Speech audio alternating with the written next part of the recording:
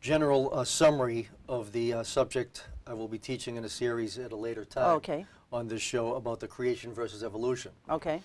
So I want to speak about the basics that people believe about creation versus evolution. From a Christian point of view, the creationists have three basic positions. And one is the young earth position, the other is progressive creation, or the old earth.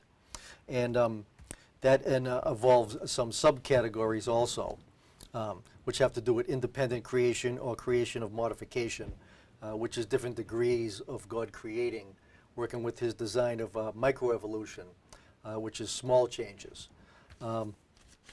Also, they have a evolutionary creation idea.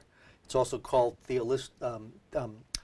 theistic evolution, which is where some Christian people believe God designed evolution, and he combines the beginning of creation and then evolution processes after that.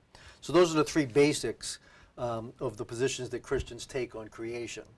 On the opposite, the evolutionists take on the position of one basic idea that everything happened only naturally, without any creation, and it happened through mutation, which is DNA changes through many generations, and natural selection, which are beneficial changes that happen in species to adapt to the environment around them to make new species.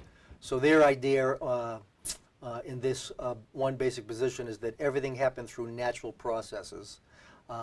And some of them have some religious ideas that they believe God may have created in the beginning and then designed evolution to happen after that. So those are the two basic camps of people on the creation versus evolution subject. So that's the basis and the details of each of those subjects and positions that I will be presenting in a series, which can be approximately a 5-part series, more or less, on the creation versus evolution.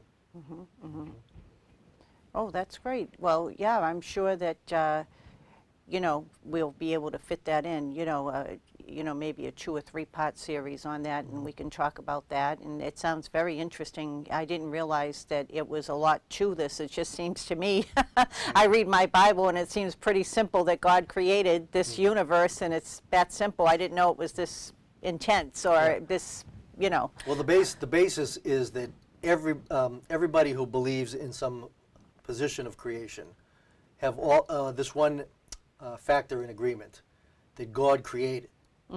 He began the process and continued the process by his design. All the different positions of creationists do agree on that one point.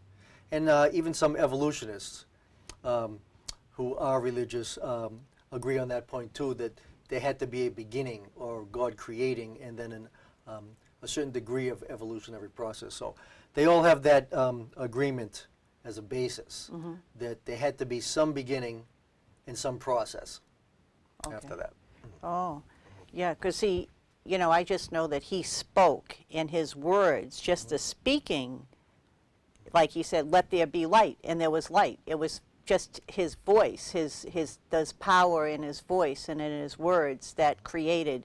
So I don't know if this is what you're trying to present. That's the presentation of the basis in the Bible of God using his will and his power, as you say, speaking and doing actions to create something from nothing, and then to design a process of formation, as we see in everything in nature, that there's growth and formation. So that's all God's design and process, but it all begins with his creating that process. So that's the basis in Scripture. In the correct context of the Scripture and science, they both agree with each other in that way. So that's the information that would be presented. Okay. Very interesting. Yeah, it's very, very interesting, Tom. You know, so you've learned a lot. Just, you know, you've gone to seminars, you said, and at all these different special forums, I've learned this basic information and a lot of details that can be presented to give an answer for some of these tough questions that people have, and give them some some information to build their faith, as well as to give them some satisfaction with the answers that make sense from a theological perspective as well as a scientific perspective.